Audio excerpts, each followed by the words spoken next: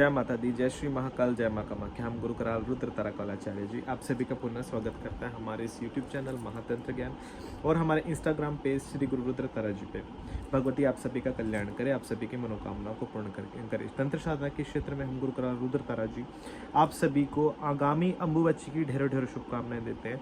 जैसे कि आप सभी जानते हैं कि अगले महीने 21 जून से लेकर के 27 जून तक माँ भगवती महाकामरूपा कामाख्या देवी का अम्बुबच्ची महापर्व चालू होने वाला है। और इस अम्बुबच्ची महापर्व पे माँ भगवती अपने महामुद्रा स्वरूप में आ जाती है, अर्थात माँ भगवती इस समय अपने रजस्वला स्वरूप में आ जाती है। यह उत्सव हमारे यहाँ शमशान काली मंदिर पे भी पिछले 4 वर्षों से लगातार मनाया जा रहा है। पिछले साल की तरह इस साल भी अम्बुबच्ची महोत्सव पर सभी को जो है महाकाली दीक्षा और माँ राजगौरी की दीक्षा प्रदान की जाएगी। जिन बच्चों को गौरी दीक्षा मिल चुकी है उन बच्चों को इस बार कामाक्षी दीक्षा प्राप्त हो जाएगी, और जिन बच्चों को कामाक्षी दीक्षा प्राप्त नहीं हुई है उनको सर्वप्रथम महाराजगौरी का दीक्षा प्राप्त होगा। तो राजगौरी की दीक्षा और कामाक्षी की दीक्षा का ये पर्व फिर से इस बार जो है बहुत धूमधाम से इस बार जो है शमशान काली महामंदिर पे मनाया जा रहा है। और जो साधक दीक्षा ग्रहण हमसे करना चाहते हैं, बहुत सारे बच्चे हैं जो वाम मार्ग में आना चाहते हैं, किंतु बहुत समय से उन बच्चों को हमने इस शक्त संप्रदाय में हमने दीक्षित नहीं किया। वो इसलिए हमने नहीं किया क्योंकि जब तक जिम्मेवारियां हैं उन बच्चों के ऊपर, वो सीखेंगे नहीं, समझेंगे। बोलते हैं दूध पियो छान के और गुरु बनाओ जान के। और हमारे यहाँ तो शाक्त संप्रदाय है, वाम पंथ है। पहले हम सभी को समझा देते हैं कि तंत्र में दीक्षा के क्या नियम होते हैं, क्यों साधक दीक्षा ग्रहण करता है और किस चीज़ के लिए तंत्र मार्ग में दीक्षा ग्रहण करनी अनिवार्यता होती है।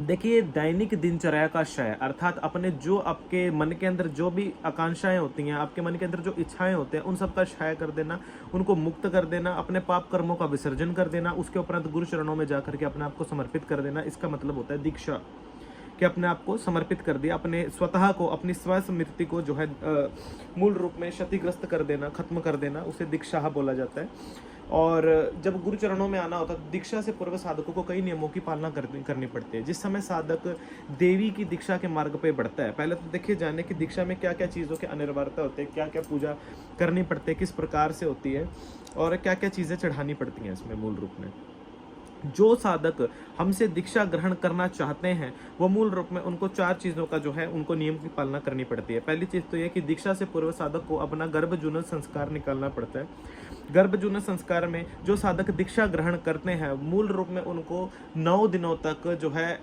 अपना भोजन परित्याग कर देना पड़ता है। जैसे अम्बुबच्ची के समय पे साधकों को जो है चूल्हे पे पका हुआ भोजन नहीं करना होता। हमारे यहाँ चूल्हे पे पका हुआ भोजन उस समय निषेध हो जाता, तो चूल्हे का पका भोजन हम लोग नहीं कर सकते।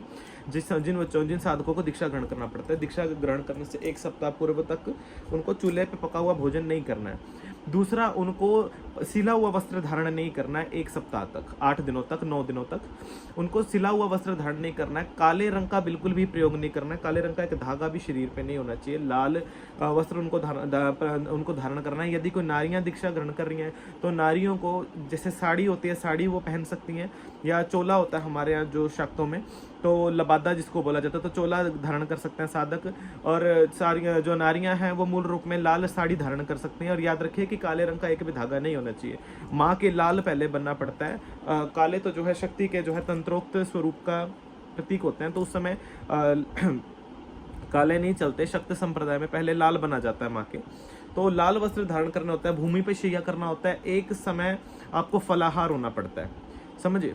और आप अपनी शक्ल नहीं दिखा सकते किसी को, अपने नाखून नहीं काट सकते आप इस समय के दौरान, अपने बाल नहीं कटवा सकते आप, समझे। इस समय के दौरान आपको ब्रह्मचर्य का पालन करना पड़ता है, अर्थात स्त्री स्पर्श से भी आपको दूर रहना पड़ता है।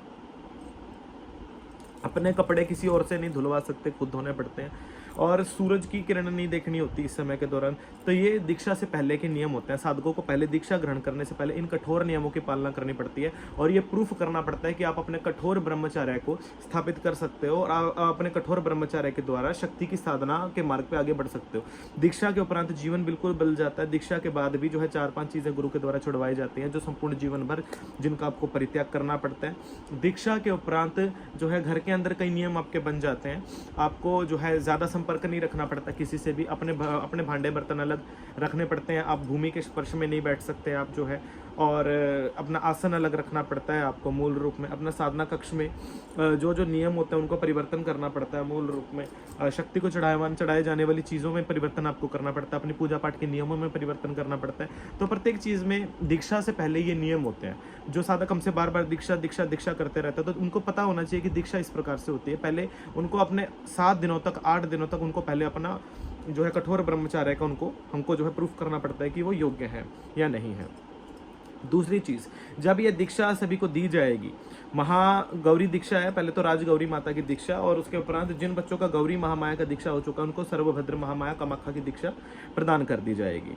माता महाकामाक्षा देवी की जो दीक्षा, जिनको पिछले साल माँ राजगौरी का दीक्षा अम्बुबच्ची पे जिनका हो चुका है, उनको माँ कामाक्षा की पूर्ण की दीक्षा हम प्रदान कर देंगे। शक्ति की दीक्षा को कभी दीक्षा नहीं बोला जाता, इसको शक्ता अभिषेकम संस्कार बोला जाता है। तो जो साधक समझते हैं कि शक्ता अभिषेकम संस्कार जो है, जो ग्रहण करना चाहते हैं मूल रूप में, शक्त संस्कार ग्रहण करना चाहते हैं, वो मूल रूप में पहले इस नियमों की उनको पालना करनी पड़ती है। उनको पहले अपनी सप्त मातृकाओं की वस्तुओं को एकत्र करना पड़ता है। लोग बोलते हैं कि माँ को जिस समय दीक्षा प्रदान करते हैं तो क्या उसमें पैसे लगते हैं, ये भी लोगों का एक प्रश्न होता है। देखिए, हर चीज़ पैसा नहीं होती, हर चीज़ को पैसे से खरीदा भी नहीं जा सकता।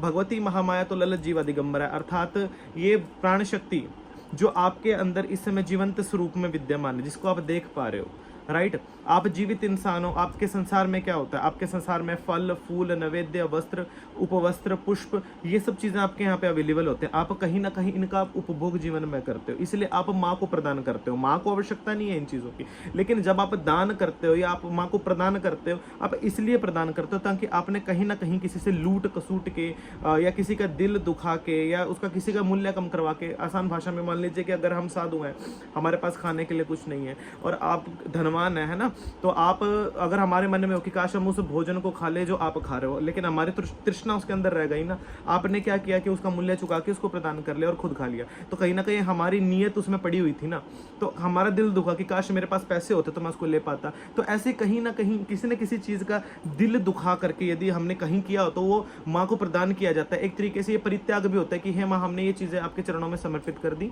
इसलिए हमें अब इन चीजों की कोई आवश्यकता नहीं है, अब हम सदा के लिए इन सब चीजों का परित्याग हम करते हैं। ये नहीं कि खाना पीना छोड़ देना, नहीं, उस समय के लिए कि हम अब इसका उपभोग जरूर करेंगे, किंतु हमें अनिवार्यता नहीं है, इसलिए दीक्षा में आवश्यकता होती है। दीक्षा में क्या क्या सामग्री लगती है अब आपको ये बता देते हैं। आप माई के जो वस्त्र होते हैं, जो 10 महाविद्याओं की दीक्षा ग्रहण करना चाहते हैं, तो प्रत्येक महाविद्या का एक चोला तो जो है उनको करना पड़ता है। यदि कोई एक महाविद्या की करना चाहता है तो वो एक चोला, 2 महाविद्या की करना चाहता है तो वो 2 चोले, 3 महाविद्या की करना चाहता है तो 3 चोले, और 10 महाविद्या की करना चाहता है तो 10 चोले माई के उसको प्रदान करने पड़ते हैं। माई का चोला होता है, माई का 16 श्रृंगार होता है, और जो है भैरव बाबा के वस्त्र होते हैं, जो है हनुमान जी के वस्त्र होते हैं, और शंकर जी के वस्त्र होते हैं, गुरुदेवता के वस्त्र होते हैं, इनके अलंकार होते हैं। माई की 5 चीज़ें इनको करनी पड़ती हैं मूल रूप में, नाक का, कान का, गले का, हाथों का या पाँव का, कुछ भी यथाशक्ति स्वर्ण या चांदी का कुछ भी इनको बनवाना पड़ता है अपनी यथाशक्ति अनुसार।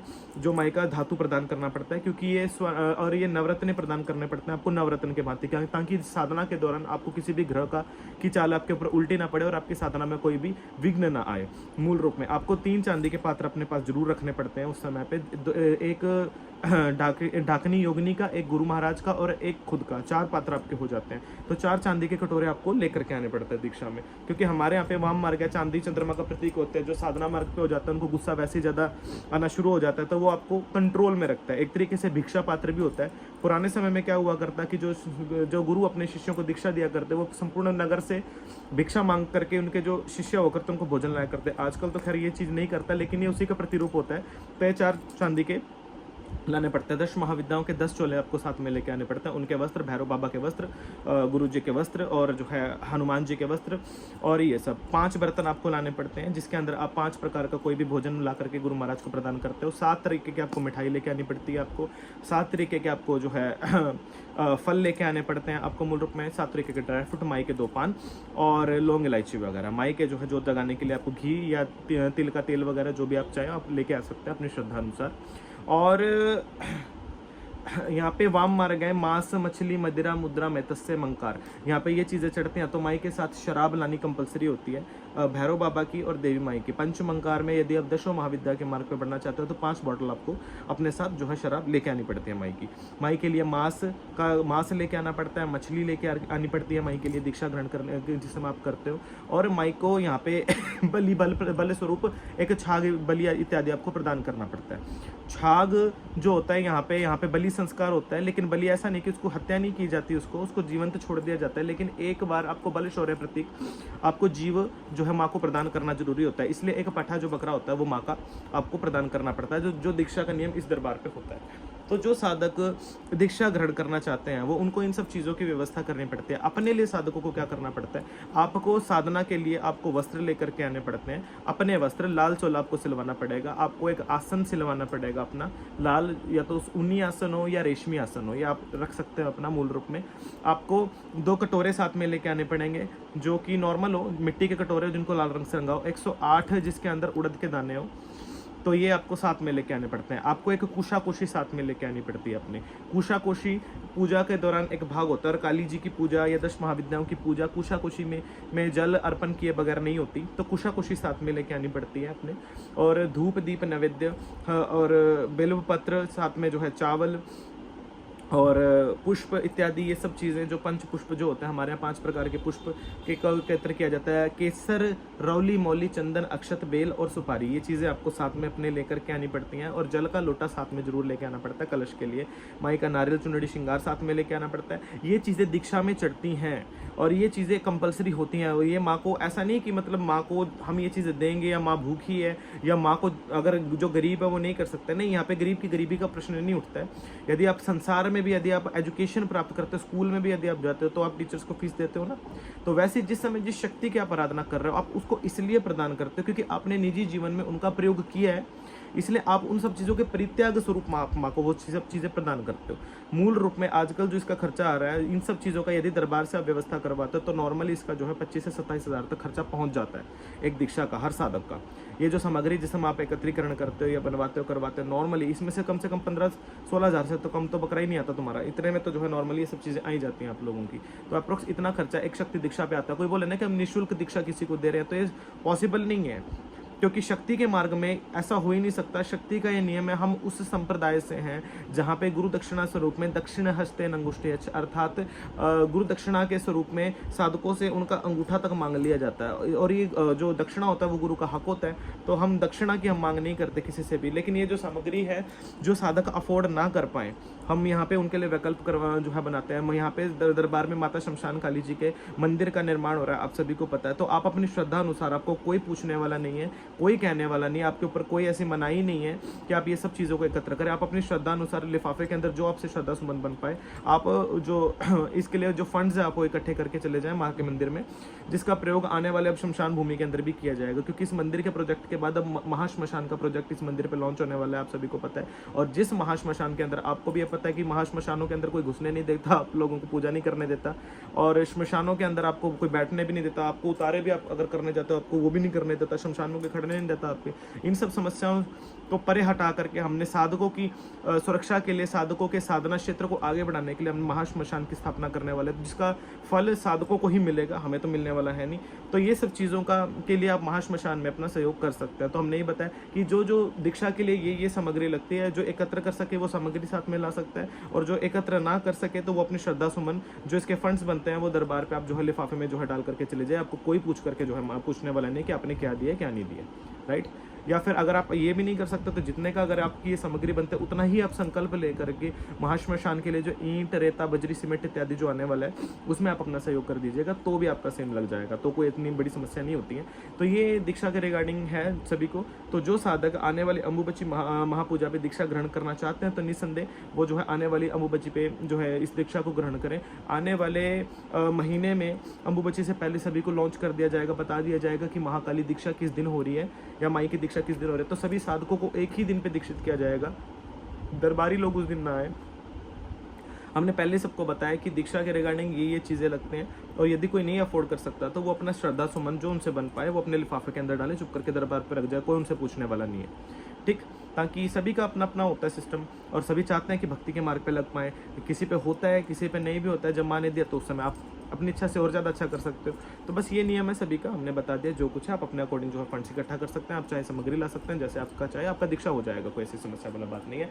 लेकिन दीक्षा से पूर्व जो हमने बताया गर्भजून संस्कार निकालना जरूरी है। 8 दिनों का उपवास करिएगा और 9वें दिन कुमारी पूजन करने के उपरांत फिर यहाँ पे आइएगा, फिर आपको दीक्षा मिलेगी। अपने साथ अपने आसन वगैरह सब साथ लेके आइएगा जो हमने बताया, और वैसे ही वस्त्र धारण करिएगा, वैसे नियमों की पालना करिएगा, तब आपका दीक्षा होगा, अन्यथा आपका दीक्षा नहीं होगा। ये याद रखिए, क्योंकि ये पहले प्रैक्टिस होता है साधना के मध्य जाने से पहले। शक्ताभिषेक संस्कार में पहुंचने से पहले आपको पहले अपने शब्द चक्रों की जगती को जागृत करना जरूरी होता है। जय माता दी, भगवती आप सभी का कल्याण करे।